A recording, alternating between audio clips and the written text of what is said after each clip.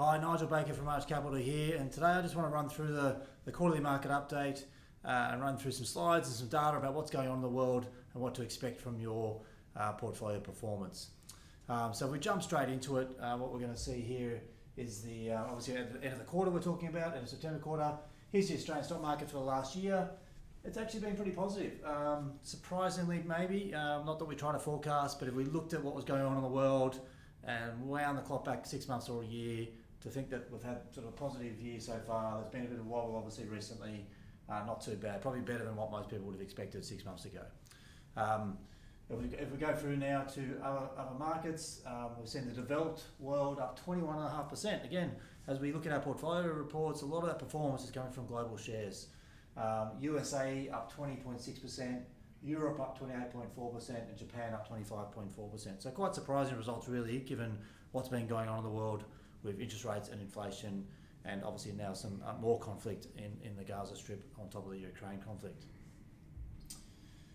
Moving along, again, the difference between emerging and China. China is actually quite low. So again, people are thinking that China market, there has been some weakness, still positive, but a bit of weakness there in that emerging side, but the emerging markets overall still up 11.3%. Now most portfolios don't have a lot of exposure to emerging, so not a big impact on your performance, but just quite interesting to see how much China is lagging the rest of the world when developed markets are up 20%.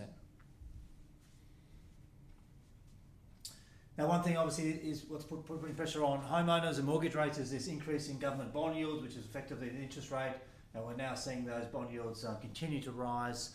Again, people were thinking that they might start to ease a bit, might start to actually even start to drop. We're not seeing that at all.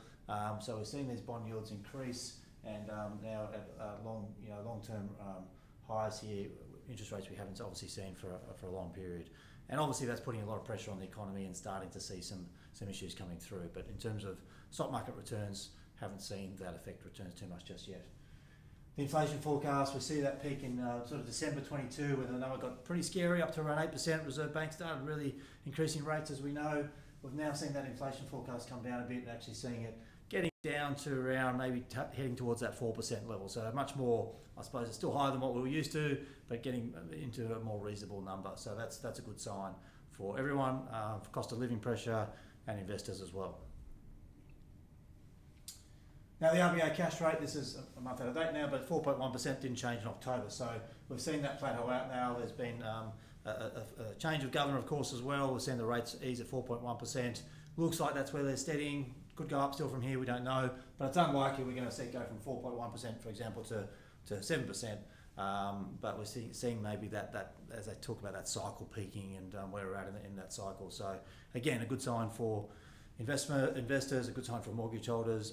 But it's been interesting, obviously, for retirees. It means your cash rates and your term deposit rates and your yield from bonds and those defensive parts of the portfolio finally, after years of dragging, of producing some good yields going forward. GDP, so where's the economy? So it's obviously a lag. We've seen the interest rates rise, and now we're starting to see the economy start to squeeze a little bit, and we're starting to see pressure. We're seeing building companies start to collapse. We're seeing some weakness in numbers. So that is starting to come through, and that GDP forecast is only pretty low. So pretty low growth number. Australia is still pretty resilient really, other than the COVID period. Had a long period now of GDP growth. So there are some signs of weakness obviously coming through the economy. Now a lot of numbers here, you won't be able to see it all. I'll actually try and bring the camera a bit closer. We will share these charts, of course. I think if I bring it closer, you can't really see it, to be honest. So let's not worry about that. But what we have seen here is just all the numbers, year to date, 3 month, 1 year, and 10-year numbers across all markets. If we go down, the best performing market over 10 years has been that developed market. Australian shares over 10 years, 7.4%, 1 year, 13.5%. Pretty good.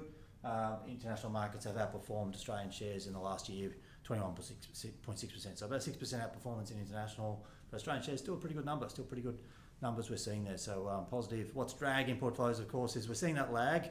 The cash rates and the bond returns are improving, but it's going to be seeing more in the next quarter and that cash flow come through.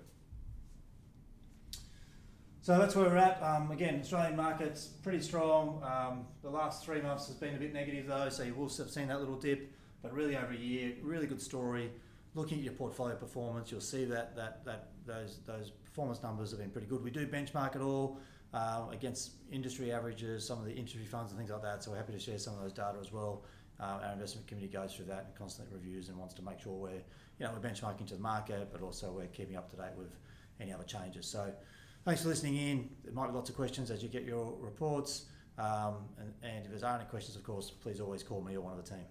Thank you.